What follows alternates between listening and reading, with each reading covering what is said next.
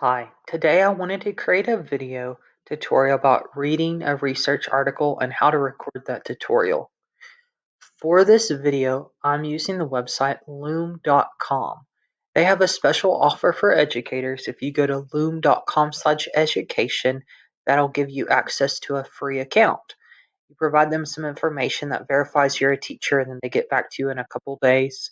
The benefit of signing up for an education account is that you can record unlimited videos up to 45 minutes in length. I like Loom as opposed to other screen recording apps because it's built in as a Chrome web extension. This means if you go to your extensions in Chrome, which I'm showing with my mouse right now, all you do is click on the Loom button. It'll pop up. It'll ask you how you want to record. For example, do you want to have your picture on the screen, or do you just want to record a tab or a window? And it's pretty simple. It saves things to the cloud, and then you can later download them. So that's how I used Loom to record this video. As far as the research paper goes, the first thing that I'm going to do is go to the University of West Georgia Library, and then I can go to the multi-search section, and I'm going to look up infographics in the classroom and click search.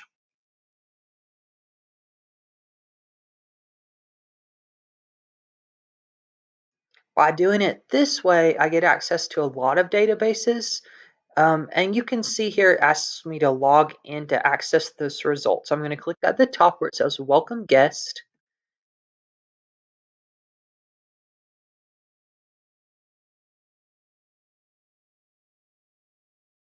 And it signed me in because I was already logged in the background through my University of West Georgia One login account.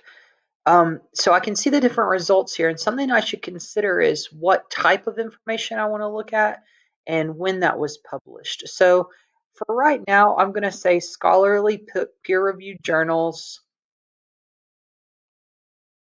So I selected that on the left. And then I want to think about the date of publication. If something's very old, it might not be as accurate anymore. So I think it's a good idea to start with more recent information. And then if I can't find anything, maybe I can expand the dates of my search. Also, I should consider what I'm searching. Since infographics are technology driven, probably the more recent information is better than the others. So on the left side, it says limit to, from, and to. So I think 5 years is a good general rule of thumb. Right now it's 2021. So I'm going to say 2016 to current. Then I'll type that there and click off of it, and it will update my results. Now I've refined those down. So I'm going to look at the entries. And the first entry, it says it's from an academic journal. And I can see the PDF full text is there. And it looks like by the citation, it was published in 2018. So that's relatively recent. So I'm going to click on that article. And I can see the PDF full text is available, so I'll be able to read it. And something I think that's good to do right now is maybe take a screenshot of this, or perhaps go ahead and click print and print it off. That way you don't lose this, just because sometimes when you're doing research, it's possible to have so many articles going that you forget what you were looking at. So if you wanted to print it, you could click print. I'm going to click cancel. Okay. And then right here, I should evaluate who this was written by. So I see the authors. It's someone at psu.edu. It's someone at colorado.edu. I see it was published in Science Teacher, which is the name of the magazine, and it was an article. And then there's an abstract there. But I'm going to wait to look at the abstract. Instead, what I'm going to do is go ahead and click on full PDF text.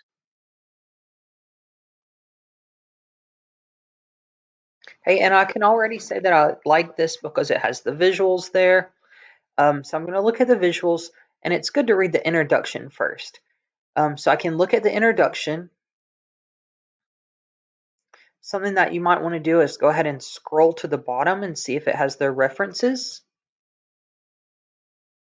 And there's lots of references here, and I can see they're relatively recent, 2009, 2014, 2016. So I feel good about that. And then there's a conclusion. So I'm going to read the conclusion. I like to do that. And then this article does not have an abstract. So I would probably read it in order, starting from the first page and read it all the way through, and making note as I go of words I don't understand, maybe things about the infographics, and just read that in chronological order. Some articles are different when they're peer reviewed. So I have an example of another article, and this is also about infographics in the classroom.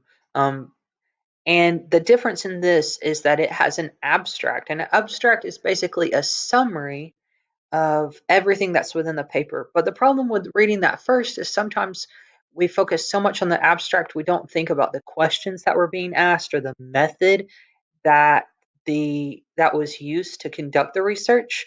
So I think it's good to skip the abstract and go straight to the introduction and read the introduction.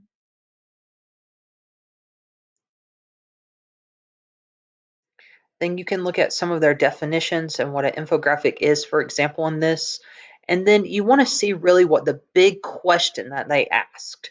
So in this article, prior to the method, it lists 4 big questions that they're trying to answer.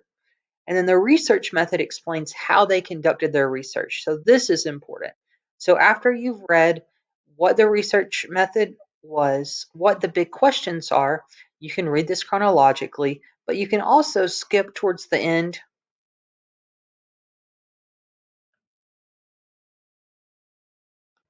as I get there and look at their conclusions, discussions, and implications. And this will give you a good idea of what was said and what their research found. And then finally, if you feel like that's supporting information or it's related to what you're reading about, then you can go back and read the entire paper. And I think it's a good idea to read the abstract last because it summarizes it for you. One last thing that I wanted to point out with this is when you found the article, I'm going to go back to Galileo, and it has features where you can save this to your Google Drive, you can print it, email it. You can also cite it here. So I click on cite, and it will give you different citations. So for example, we usually use APA 7th edition in classes that I'm in for the EDS program. So you can copy and paste this, but you do have to verify that it's correct. Um, it's a good starting point for the citation, but you always have to verify its accuracy. Thank you for your time.